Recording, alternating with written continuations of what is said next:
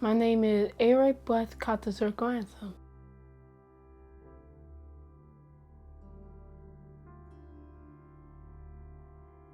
I am 11 years old. I diagnosed in the Congenital Heart Disease.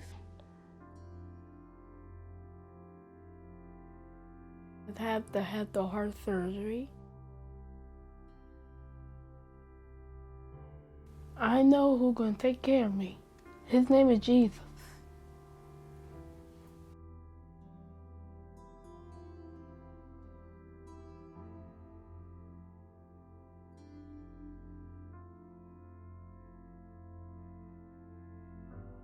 Eric wasn't talking and moving at the normal age range that kids would normally talk and move.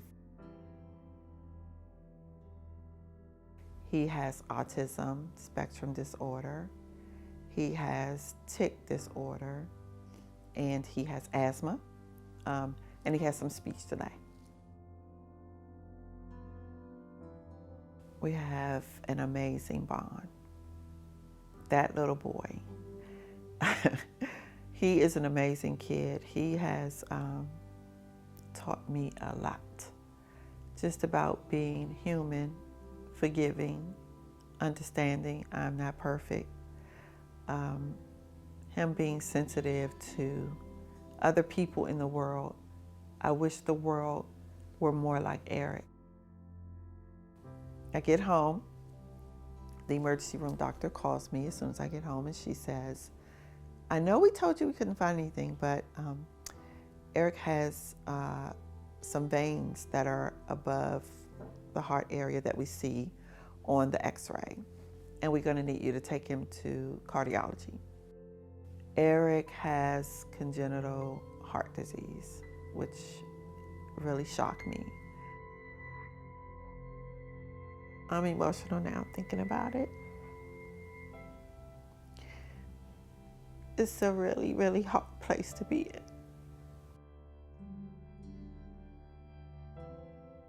Autism is a particular area that really has increased over the last several years. When I started my career, the incidence for autism births was 1 in 1,000.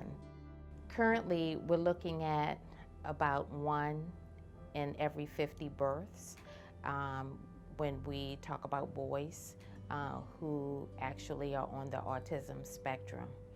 And autism actually is known as autism spectrum disorder. And that's very important that we look at the full name, because there is a wide range of functioning that individuals with autism may have. So it may vary from having a severe disability in this area to have a mild area that's impacted as it relates to autism.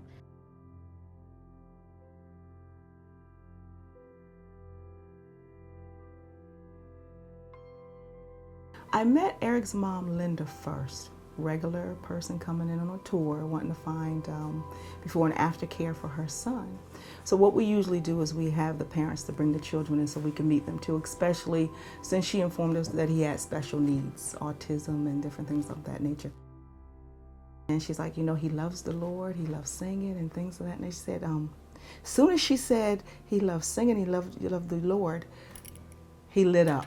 In the next 5 minutes, he had me up, clapping and singing his song. Special thing about Eric, for me, is that he has a relationship with God. At a very young age, I know that it took me well into my 30s and even 40s before I really developed a real relationship with God. Eric has that already, and that's a remarkable thing. He acknowledges Jesus, he acknowledges what Christ is doing in his life, and I think that that's extraordinarily special.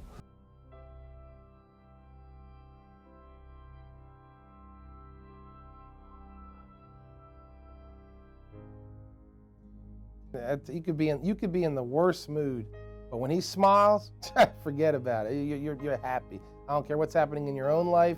I mean, his laugh lights, it's a chuckle that just sounds hearty. It's great. You know, he's just a wonderful, absolutely wonderful kid to be around. You can't put into words until you really work with him. He's unique.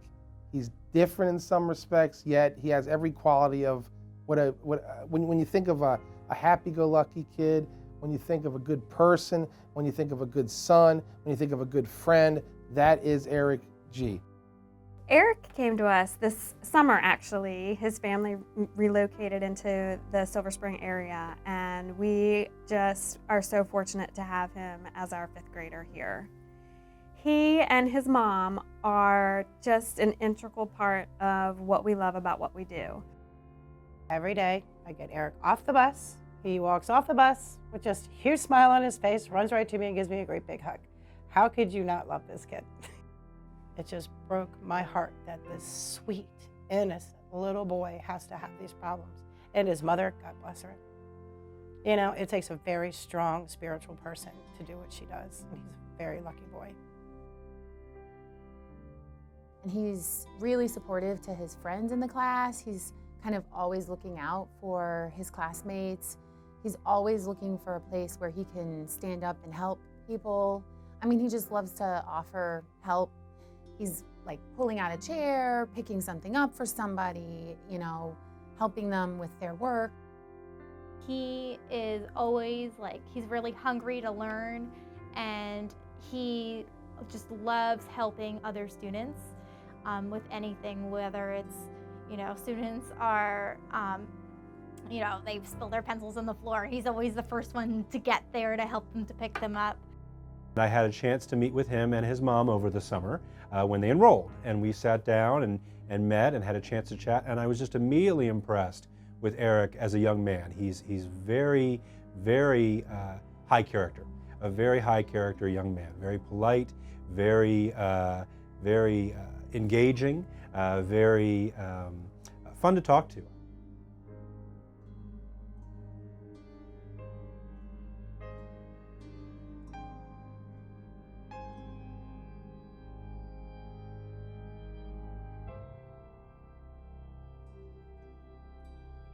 Whenever he would come in the store, he would always come over and speak to me.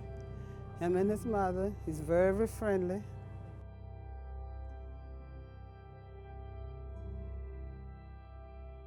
Oh man, he's a real religious young man. Always has a good spirit, good personality, always well-mannered, well respectable. Real nice young man.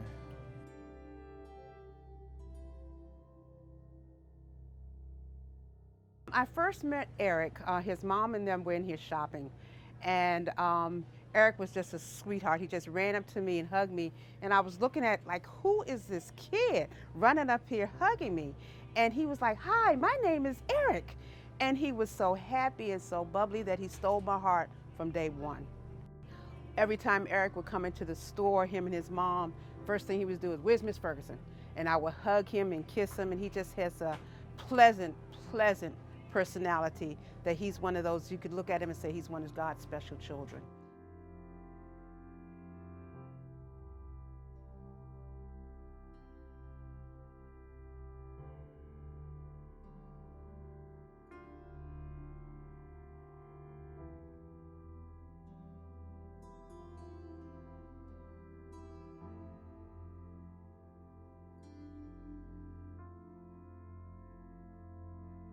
All right, let's get this shopping up. Absolutely. Yeah. This kid is unbelievable. And the things we talked about and the things that he talked to me about, you know, based on his belief, you know, his spiritual belief. And I found out the other side about him that I wasn't aware of. And of course of what he's been diagnosed with. You know, him and I, we continue to talk, and the more I talked to him, the more I found out, you know, other things about him.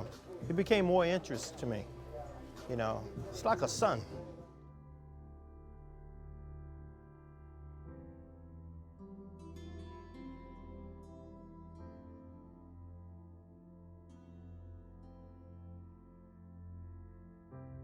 His mom's special too. She's very special. They were meant for each other.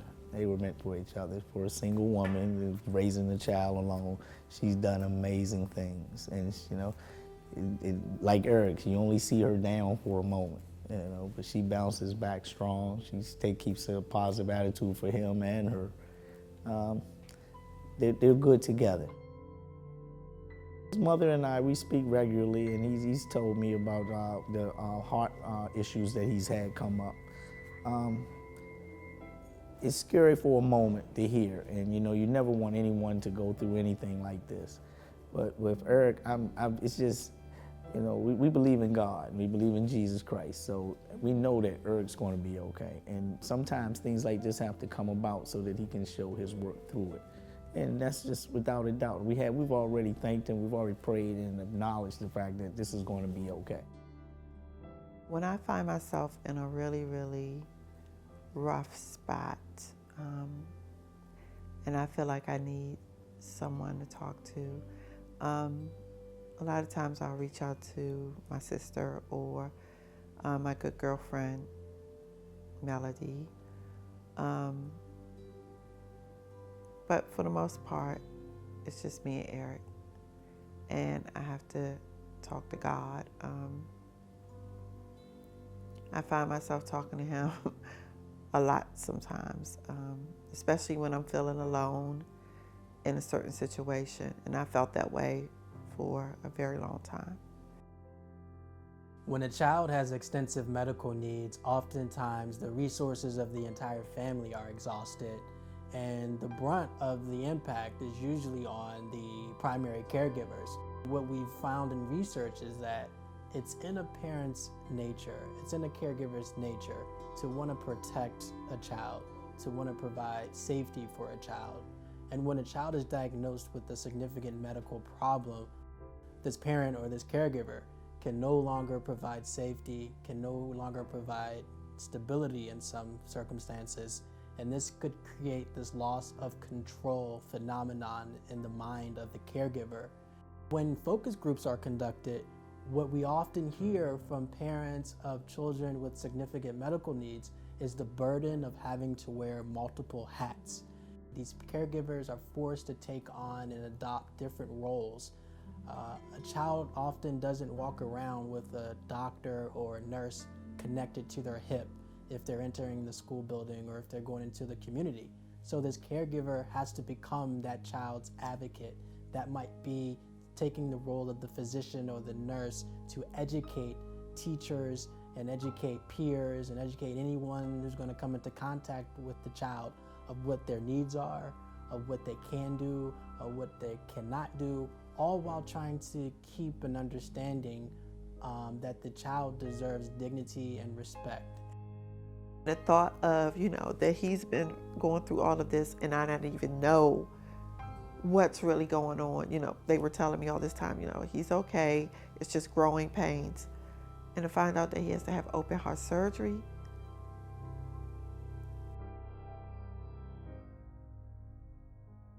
It's hard. It's hard to swallow. It's a test of my faith, you know, to believe that God is going to take care of him through this process. It's truly a test of my faith. It's scary. I know we're not supposed to be in fear because you're supposed to believe, but I am scared. I'm not going to lie. I'm so afraid. And it's just Eric and I. You know, I don't have a lot of support with him. And when I say support, I mean like as in, you know, somebody else being in our lives that I can lean on to say, you know, I need you to do this, I need you to do that. I don't have that. So it's just, you know, he and I, and it's hard. It's hard.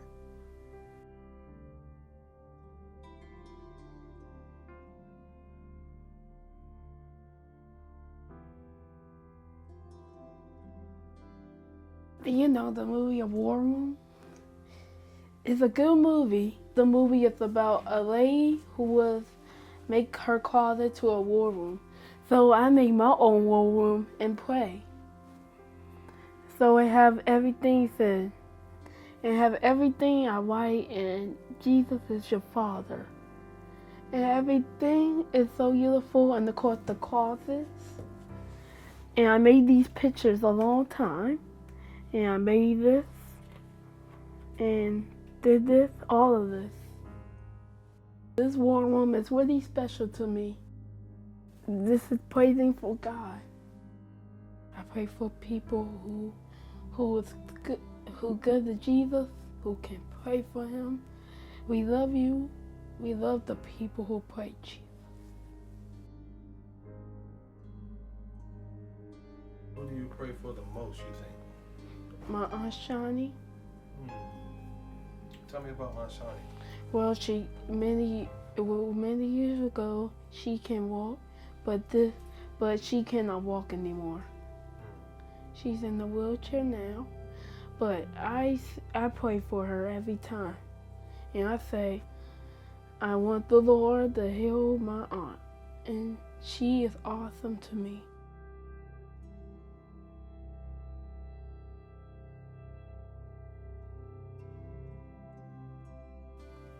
When Eric comes over to see Aunt Shani, comes up to the bed, or if I'm in the kitchen, the living room, comes to me, hug me, kiss me, hold my hand, kiss my hand.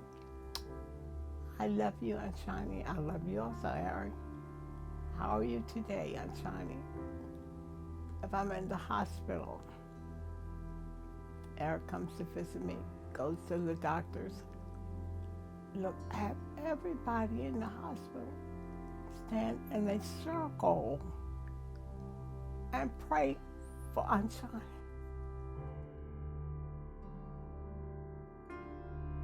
When I first met Eric, Eric was an infant baby. He was a sickly child.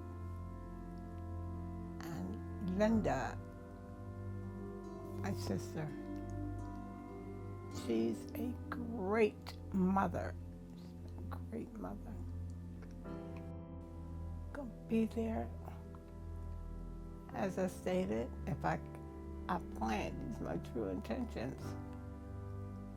April 13th, I plan to be there the day of the service. You know, I cannot go in the OR. I want him to know Aunt Shani is here in the hospital. As close as we are, that might help him.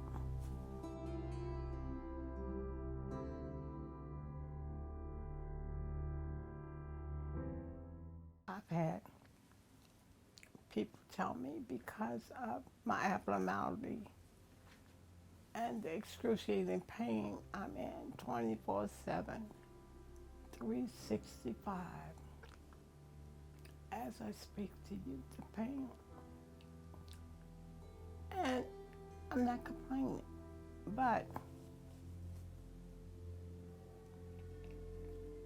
oh my God, it's all right.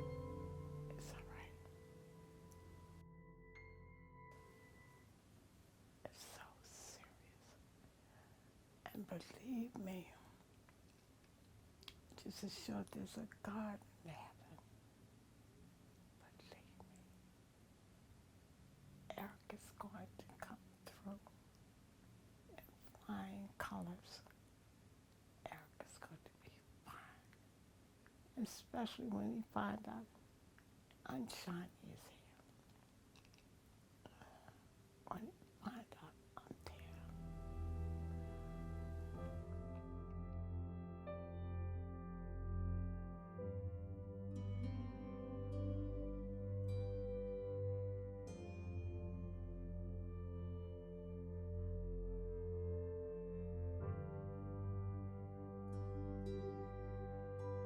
I pray for everything is be all right.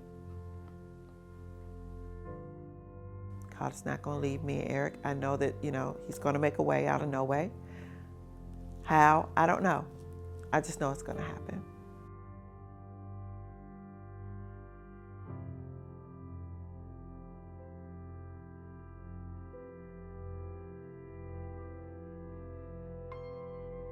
me being out once a week to take him to his appointments, it was getting, my workload was backing up and making it difficult for my supervisor. And it's not fair to have her in that position. Is there a promise to get your job back once this is done and over, or what? No.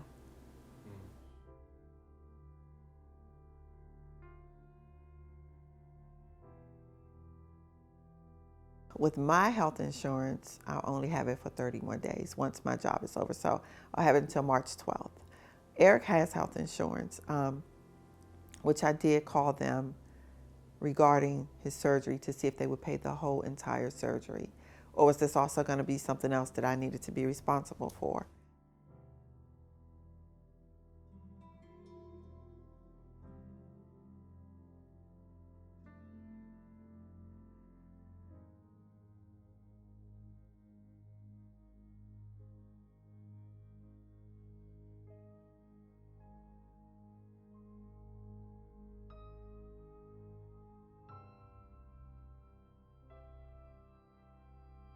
How do you feel about that heart surgery? I feel sad and scared. Okay. So what are you scared about?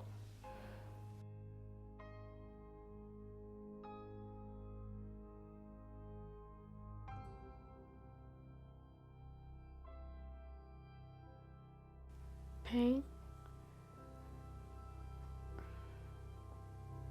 I scared of pain.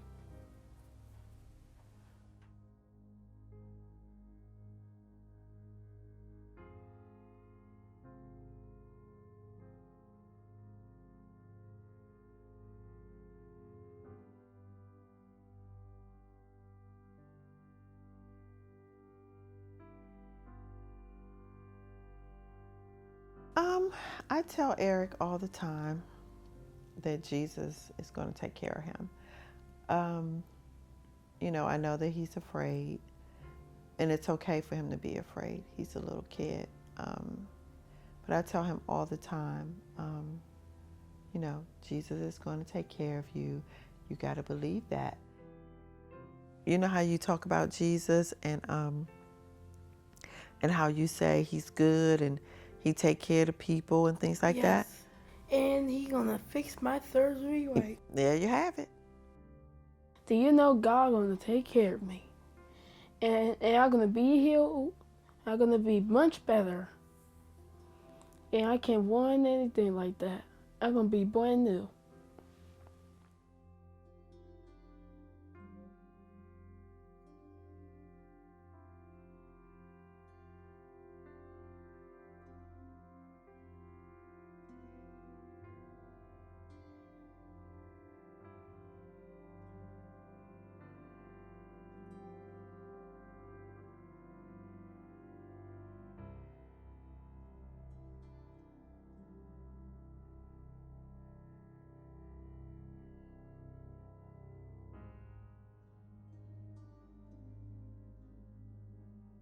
I find a dime. All right, I find a dime.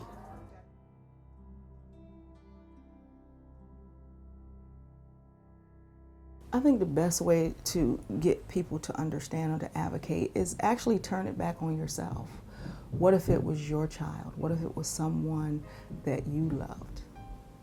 What would you expect, people to do? And that, just sitting and just thinking about that concept, and it's a child. You can't get any better than a child. Like the song says, the children are our future. And in Eric's case, as could be with any other children, Eric has touched us in a way that we know, even though he has a disability, what his capabilities can be. And like I told his mother, he is gonna be the testimony and witness to other children that are going through what he's going through. I am Teresa Wellens, and I am an advocate for Eric because Eric is a wonderful child who deserves everything that can be handed to him. I am Richard Crump, and I am an advocate for Eric Grantham. I'm an advocate for Eric Grantham because he is a wonderful person that needs support in his life right now. He's going through a lot of challenges, and he needs the love of Christ to surround him. I'm Kara Timon, and I'm an advocate for Eric Grantham for so many reasons. He is a kid who perseveres with a smile on his face at all times, and that is something that is a characteristic that will send somebody through life and be successful, and that's why I'm an advocate for Eric. I am Mary Christensen, and I am an advocate for Eric because he has so much to give this world, and he is a great person, a great learner, and a joy to be around all the time. I am Kyle Heatwall, and I'm an advocate for Eric because I want Eric to be successful in his future beyond our school doors. And I think he has such a strong foundation in place to be successful that when he moves past our time here at Florida Singer, I know he's going to become a great, great person. I am Anthony Gary, and I'm an advocate for Eric Grantham because what he brings to this world is something that we need more of. I am Deborah Martin, and I am an advocate for Eric Grantham because Eric is a true example of what it means to be differently abled. I am Anthony Bivens, and I am an advocate for Eric. I am Rosetta Walker, and I'm an advocate for Eric. My name is Deborah Ferguson, and I am an advocate for Eric.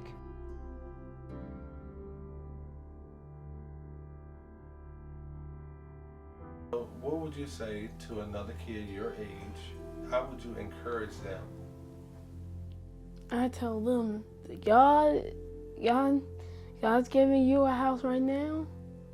He's in heaven right now, but he's coming back.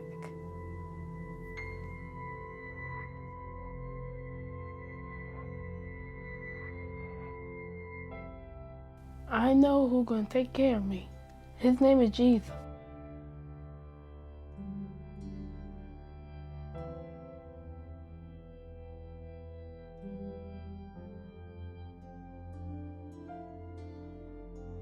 Our Father, art in heaven, hallowed be your name. Our kingdom come.